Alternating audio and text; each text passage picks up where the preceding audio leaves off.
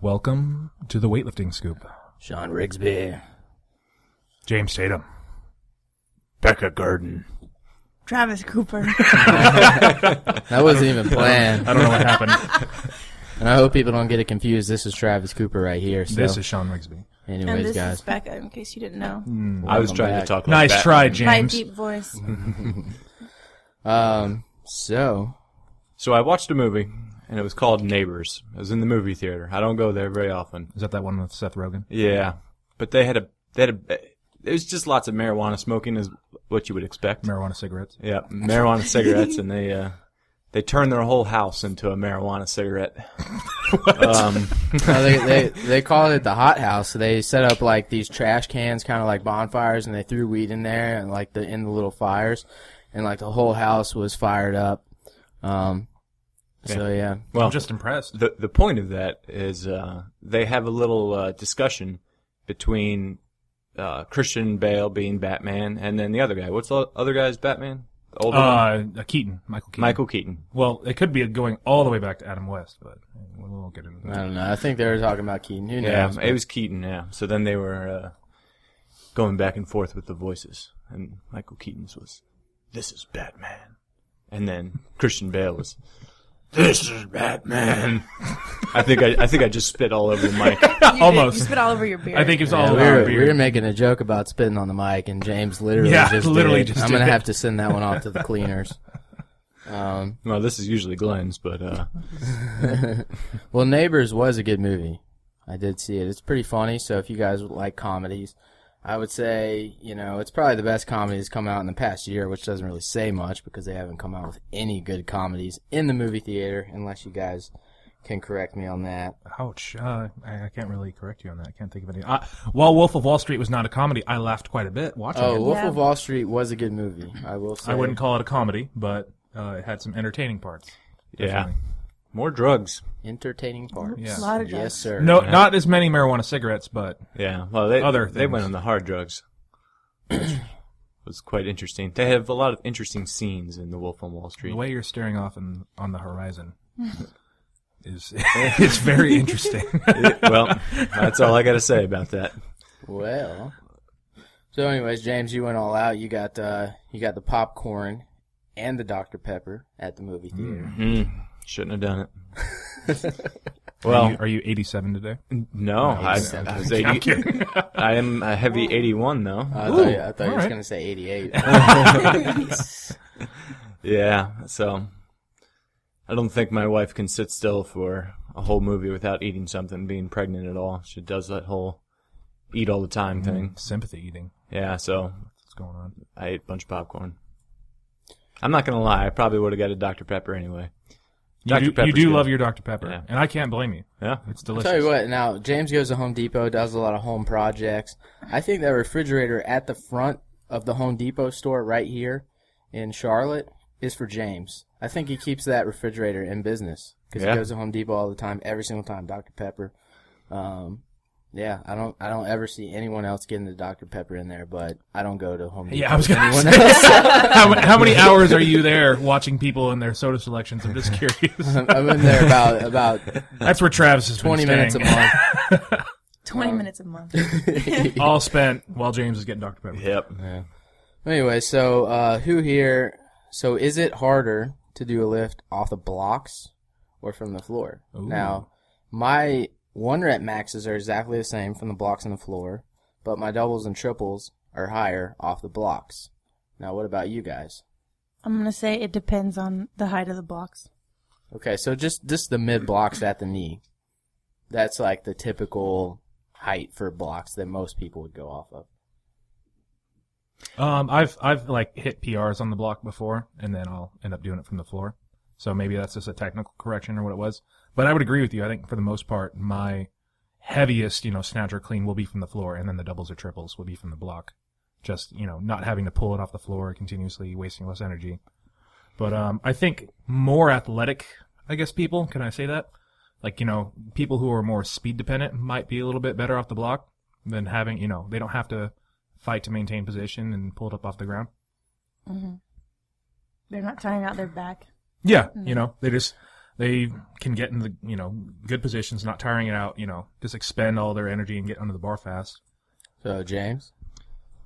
Well, back when my 1 rep max snatch was 140, I actually made a PR of 141 on the snatch off of the blocks, off the mid blocks, I think.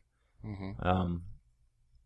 And I had never been close to that off the blocks, and I have never been close to it again off the blocks since then. Just one random day where I snatched 1 kilo more. To be fair, have you gone off the blocks since then? More than 5 times? Yes. Okay.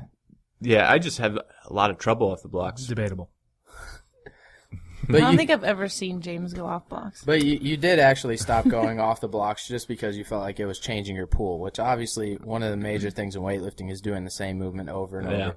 So for most people, like for me, I think it helps my pool. I feel it get into the hips more. But you always said, like, it does the opposite. It makes your technique change for the worse. Yeah, I already kind of lift with, I don't know, the weight kind of mid-foot. And then when I get on the blocks, I can't move the weight from the front of my foot to the back of the foot quick enough, and it makes me kind of really just stay up on my toes the whole time, and then kind of loop the bar forward, and then have to dive in after it, and so I can never bring the bar back into the hips as well off the blocks. Now from the hang, I can be back further. Mm-hmm. So I don't know. I have done a few things where I have to do like a pull and then a snatch off the blocks or something like that, and I'll kind of get the rhythm, and it'll set the bar back down at the right spot.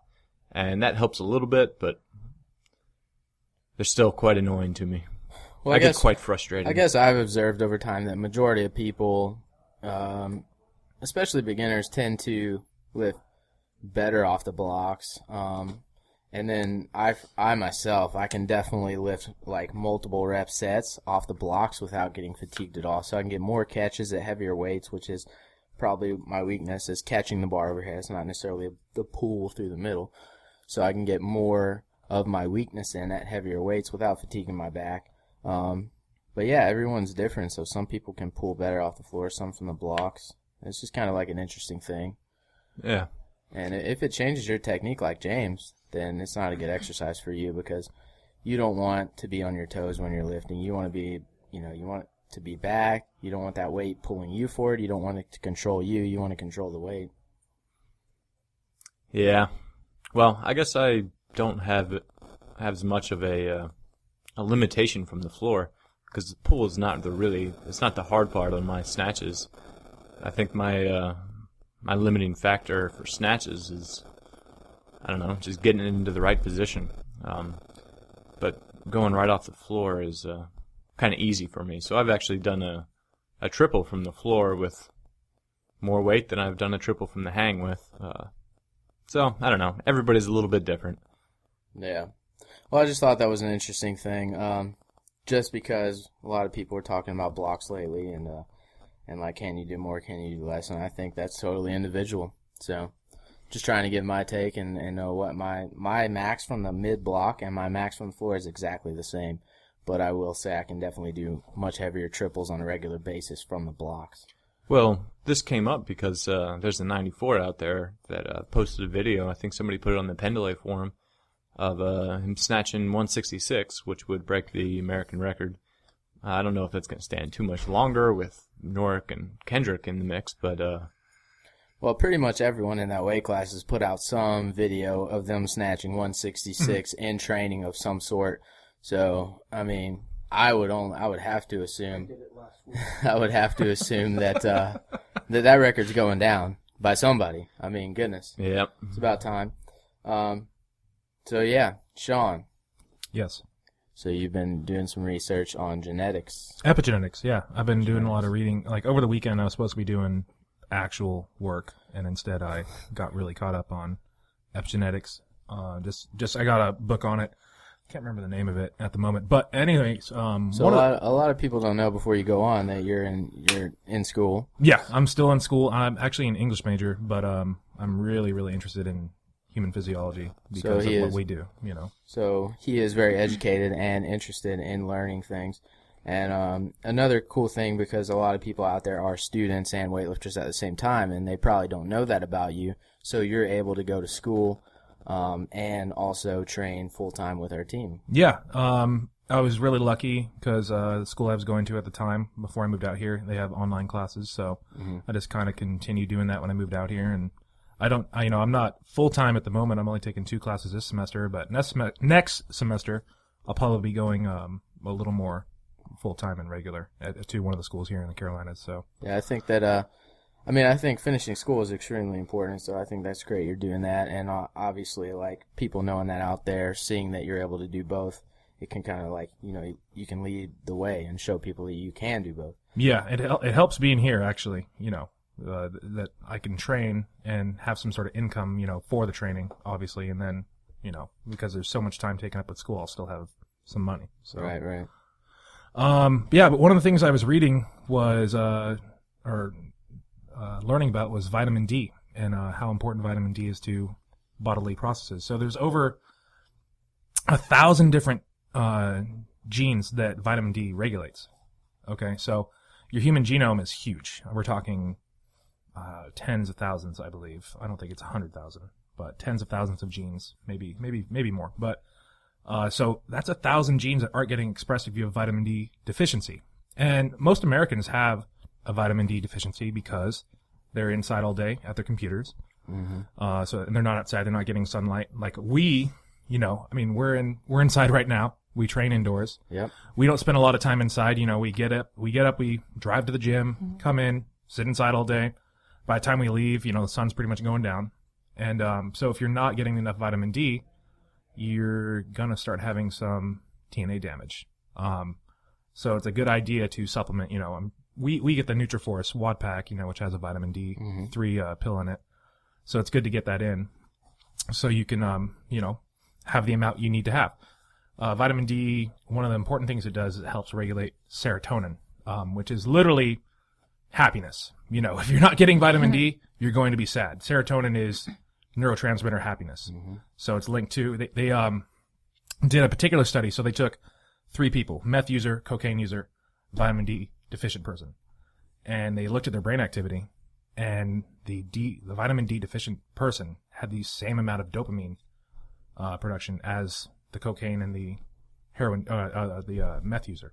So that's pretty crazy and messed up, that if you're not getting something so simple, something that's in milk, something that we've evolved to get from sunlight, it can affect a lot of your bodily processes. Now, so what is epigenetics exactly? Like epigenetics is the study of how the environment, like environmental factors, affect the expression of your genetic code. So saying you're born with a genetic code, and then your environment from the time that you're born, day one, until whenever. Yeah, it's kind of linking, nature versus nurture. How you're basically optimizing your genetic code. You have, there's all these case studies, you have instances where fetuses, are in the womb and where their mothers were kind of in a famine in the early stages of pregnancy, and then they, have more caloric intake in the later stages of pregnancy, and those babies end up being fine. Whereas they'll flip that scenario, like they'll start with well-fed, normal mothers, and then they'll go into a period of famine, and the fetus comes out like with a lot of issues. So they're not exactly sure why that happens, but like timing of events on your life have a pretty significant effect of how you grow and learn, and what you even pass on to your kids. Like you're changing your genetic code with every decision you make. Now, keep in mind, it's not just one decision. It's like decades, of your behavior for this stuff to actually happen. Like we were talking about it earlier, like the difference between 2 weightlifters and how they chose to recover, chose to sleep, and, how long their careers ended up being. So. Yeah, so, some people, they show a ton of progress, and then, a lot of people who choose to stay up late and party and do those kind of things, they're the ones who end up getting injured typically. They're some sort of not optimizing their potential, even if they had a better genetic code, in quotes. I really think your environment is everything. I personally do. But I guess it's the age-old question that they're going to come out with a lot more science over time. So I don't really think that's confirmed or denied as of this point. But yeah, no, there's a lot. It's a really new field of research, and so they're finding out stuff all the time. We're living in a pretty good era of history to learn about this stuff. Yep, vitamin D's crazy. Yeah, I mean that was just one instance. That's done a lot more reading, but that was. Well, it's the pretty big summertime. deal. Damn it, get out at the pool. I guess we have to. Otherwise, we're all gonna. James has been doing some Be yard depressed all the work, time. so you've been getting your sun, right? Yeah, trying to get my farmer's tan on. I understand. Take your freaking shirt off and get a real tan. So, no, the one problem with that is... take your shirt off all day in training and walk home. I keep getting poison ivy. Uh-oh. What? it's Again? Yeah, again. I got poison ivy all over the place, all over my hands. What'd you do? Been building this fence. Right where we, put the fence posts down, I have to put my hands down there all the time, and there's a bunch of little poison ivy plants. You know what? I did notice that over there by the fence. I live with James, and yeah, there's a lot of poison ivy over there. I did recognize that, but Vitamin D does not protect you from poison ivy. no, but the sun will dry out some poison ivy, will it not? Yeah. Yeah. That was some calamine solution. That's that pink stuff you put on. Well, I know about it because I've been putting it on for the past month, but so you can get your vitamin D tested, and I think if you have I just looked it up, the what they test is nanograms per milliliter in your blood or something. So for everyone to know what's good, if you have 70 nanograms per milliliter, that's really good. Yeah. If you're kind of down under 30 or 40, You want to be at least 40, I think it was. yeah, 40 is Very- kind of very that minimum. cutoff. It would be really interesting to see to do a blood test to see if you had any deficiencies with iron, B12, D. They can do that. The things that are major, which I mean, really, probably if you just go and take the standard blood test, they can tell you those things. But probably your insurance covers it, right? I mean, but I've never done it, so. Yeah, the blood testing gets crazy too. I mean, there's so many different types of testing out there. You can get I don't know, they test some things in blood. I think I've heard that hormone, testosterone levels are better tested with saliva. There's a place in Wilmington where I used to train, where I used to live, called Any Labs Now, and they could do any sort of test, and that's all they did was lab work. And I mean, they just had a doctor there that you could recommend any type of blood test, and you could get pretty much anything under the sun tested. Might have to go there. Yeah. Team field trip. Yeah, get some work done. Yeah, I mean, it's good to know. I mean, I know a lot of people probably get the basic little thing done if they do insurance. I think there's a requirement for some insurance companies to do that. Basic blood tests, cholesterol and all that stuff. But there's a lot of neat things you can test in relationship to how that affects performance. Blood magnesium levels, D3. Yeah, magnesium's pretty crucial also. Yeah. A lot of people are deficient in that as well, but won't get into that. Well, so I mean, just basically, just getting out in the sun, it makes you, first of all, it just makes you happier, right? I mean, don't go out there and get sunburnt every night. But, Yeah, a reasonable amount of, and that has to do with the D3.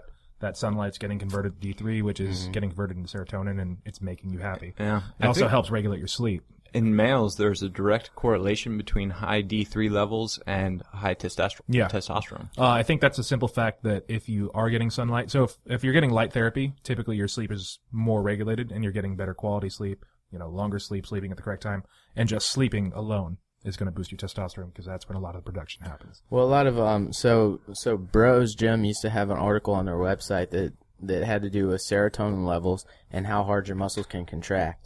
And how important that is for weightlifting. So, I mean, going down the chain, serotonin is important. So D3 to make serotonin to make your muscles contract harder. Hell, I don't know.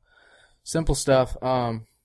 Neurotransmitters are another thing. All right, well, we're not even getting onto this stuff. Next time. Those things are I'm going to crazy. have a whole Next sheet of homework, and you and I are going to talk about it, James. Sounds We'll good. all talk about it, yeah. Yeah. So, Becca, what kind of pre-workout are you drinking right there?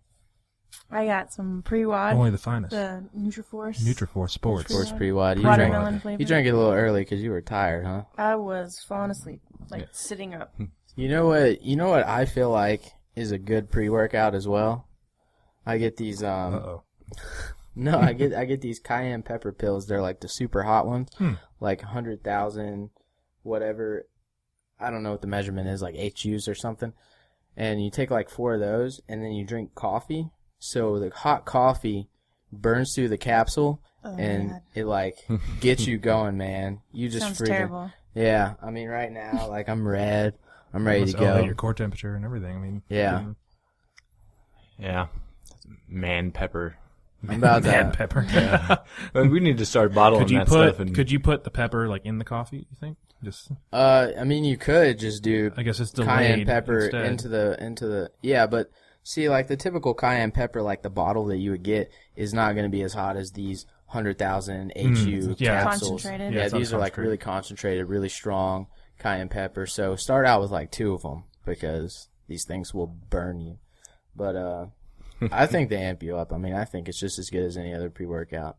Pre-wad's good, but if you mix the pre-wad and these, man. No. I like experimenting with different pre-workouts. Like when we went to the Arnold, I went through the expo and got a bunch of different samples. Wow. And then, Oh boy. You got to be careful. That might not have been Becky's pre-workout. gonna get popped. I know, I think I'm not on the. I like List, yeah. the monster and the pre-wad. You know, I did that at the meet, and I think it turned Yeah. out okay. Yeah. So you made a competition clean and jerk PR. Was that a All time clean and jerk PR. And was that a total PR? It was actually a 1 kilo competition snatch PR and Okay. an all-time clean and jerk PR, and then a 4 kilo total PR. So, So It's yeah, a great meet. Yeah. it was everybody all right. had a good meet. Becca had a PR clean. Yep. And in competition, was it PR snatch competition? No, 1 kilo under my Okay, snatch competition PR. but definitely a total, right? I tied my PR total. By your PR total, and then James obviously had that freaky walk off the platform, 20,000 YouTube views. Yeah, it's just ridiculous. Snatch. Epic. Well, That snatch wasn't good, James. Well, the clean and jerk definitely wasn't The good. snatch wasn't legal. It wasn't a legal snatch. Just we had spring collars, and because you walked off the platform. Well, that's okay. I'm just fucking. I was also overweight. It's not accurate. There is some discussion on the internet from people who don't know what the rules are about his snatch. So now you know every competition needs to have an elevated platform every single one. because a lot of times, and this kind of happened to Mike Nicole at Collegiate Nationals last year. He was at Collegiate Nationals trying to get a spot on the Pan Am team. He snatched 145. All right, he had to walk 2 steps forward. The platform was too big, so they put tape around the regulation. Yeah. Regulation size, the 4 meter by 4 meter. He stepped on the tape, but did not step over it. Mm-hmm. And the judges really couldn't see, so they gave him red lights, and he didn't make the Pan Am team for it, which really sucks. I mean, that's a lift that actually mattered. you Yeah. know? I remember that. And every competition, it's not that hard to make an elevated platform. I think that's a very important thing for meet directors to do. Make the right size platform, make sure that it's elevated to give the people the opportunity to actually save a lift like James did. You know, you don't really expect that to happen. That probably happens less than once a meet. You know what we should do? We should make a YouTube video of how to build a competition platform out of 4x8 plywood. As long as you're doing it. Go to Home I'm Depot. gonna stand, Well, I'm gonna stand there and There film goes while that you can do idea. that. No, that's a good idea. Sean, Yeah. you're Because- very creepy today. That was more of a way of trying to get out of work, not to watch. I'm gonna. Well, he wants to I was check like, out that I'm gonna Dr. sit Pepper there and cooler. watch James, you Yeah, you do you that. while do working. you do anything. I'll sit there and You're good at Dr. Pepper. videotape you. Yeah, no, that's a good idea. Our competition platform is actually not regulation, apparently, because it's not high enough technically. But Oh, I really? mean, it's pretty close. Pretty Well, good enough to me. it is 4x4, the 4 meters by 4 Right? No, meters. the That's you know Height. the length and width, the height is technically not like what the competition like. If you were go to an international meet, it's the same height. Well, that's interesting because a lot of the nationals meets like collegiate nationals didn't have a regulation size platform, Right. so it wasn't raised at all. Yeah, so it's weird. I didn't actually know. It's weird how there's doesn't even happen in national meet, but it's a problem apparently. That's interesting. There's so many random rules. You Yeah, know, yeah. I know most of them, but you know, occasionally you learn something silly. So just to clarify for people who might not know, that with the platform, if it's raised up, the lifter can have part of their foot off the platform as long as it's not touching the floor. Exactly. So the feet can be over the platform if it's raised, but if the platform is not raised, you can't step out of bounds at all. So your foot can't touch the tape. Yeah. Which is really freaking hard to see for a judge. So, like, how Yeah. can they even see that you stepped on the tape? They're just guesstimating at that point. So, I think, you raise it, for sure. Yep. You can tell. But, anyway, so when are you going to have another crazy one like that, James? Well, Few minutes. yeah, we're get about to to go out and train. I would like... James is basically John Wayne. Like the way he responds to things. Sorry, go on. John Wayne. Yeah, you got to ask a question. Well, and then we're all, hinging. Anyway, go on. I was going for Clint Eastwood, but Oh well. Yeah. well, hopefully when I snatch 158 is a 77. I don't know. I kind of hope that's just an easy snatch and not extravagant like that. I'd be nervous enough, I don't know. We'll see. I still plan on doing that, so. Well, yeah, of course. Definitely. 158. That would be exciting. That one's sat there for 14 years now, so time to let it go. All right, well, we do have some exciting news. We're about to go train, but me and Becca just released the Weightlifting Scoop programming. So we have programming that me and Becca went over, and basically, I've been coached by several different coaches. Glenn, Don's been doing the programming here recently. Becca's trained with Travis Mash and a couple other coaches. I trained out at the OTC, and I train at LSU Shreveport. And so we have we basically looked at those programs and put some math to it. And, the volume and intensity is tracked on a daily basis, a weekly basis, and a monthly basis. And I don't know. I mean, I honestly think it's pretty math-based. And and we've definitely already had a couple people on the program seeing results. So if you guys are interested, check out the weightliftingscoop.com and go to the online team tab. Otherwise, you guys got anything? Any plugs? Anything? Check out Wellbeing Coffee. If you type my name in the coupon code, it's crazy, but you get 10% off. That's crazy, man. Yeah. my last name. 10%. 10%. So what do you actually? So Wellbeing, WELL, Bean, Yep. BEAN. Yep. Is there a hyphen or? Yep, I think so. well/beancoffee.com, something like that. All right, And then how you do you type spell in your name? Tatum. Tatum. Just kidding. Tatum, and you get 10% off. They get some pretty good coffee. It's like specialty coffee. I like it. No. That's all all the I- approval it needs. If James likes it, then Okay, Sean. good. Oh, I got nothing. I mean, check out my website, heavymetalsc.com, and if that's about it, man. Cool, Becca. Sign up for the Weightlifting Scoop program. Cool. Well, we're going to go out there and train. We're going to get super crunk, so look for a video from this training session, and hopefully we'll see you guys later on the week.